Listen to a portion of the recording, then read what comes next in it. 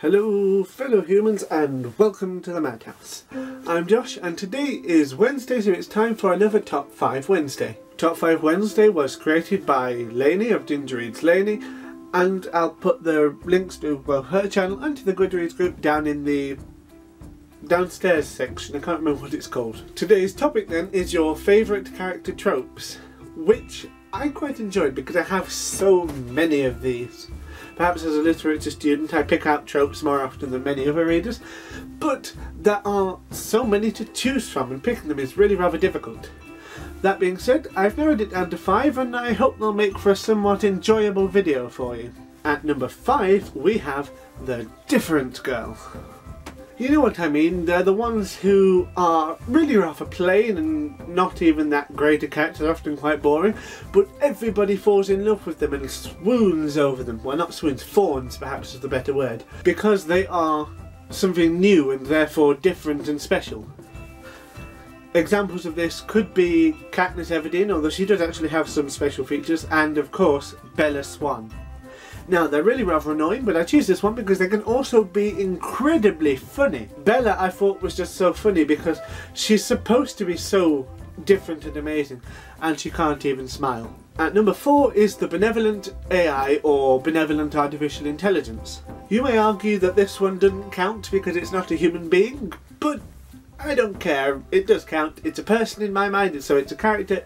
Go with it. It's a kind AI who loves humanity and tries to do what's best for them, sometimes with disastrous or comic results, and sometimes with good results. My favourite examples of this are Edie from the Mass Effect series, Holly from Red Dwarf, who is just hilarious and tries to do good but is also 3 million years old and quite insane, so it never goes that well. And there's Lobsang from the Long Earth series. At number 3 we have the Eccentric Mentor. They are usually old characters and predominantly male, but not always. They usually pretend to be quite senile or mad, but when you get to know them you find that they are in fact the most cunning and clever characters within the whole book or film or whatever, and they can in fact run mental circles around all of the other characters put together usually. In fact, some of them do that. Sometimes for fun, sometimes for the greater good. The greater good. If you get that reference, brownie point. Of course, examples of this are Yoda, Willy Wonka, Gandalf, and of course Dumbledore, who is in fact another name for the trope, Dumbledore. Number 2 is one that I'm exceptionally fond of, the Badass Old Lady. The kind of old lady who'd win a war just by staring at her opponents and they'd walk away in shame. The kind of ones who can beat the shit out of whatever's causing the problem.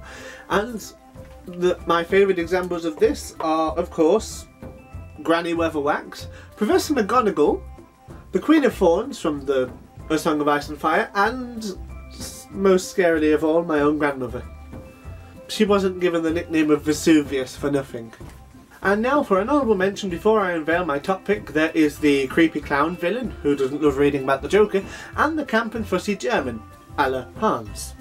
But now for the top pick, my number 1 character trope is the Trickster. They are just such fun characters. They are gifted liars, manipulators, and naturally tricksy, cunning bastards. They're clever and usually not very nice, but so incredibly charming and can wrap the entire world around their fingertips.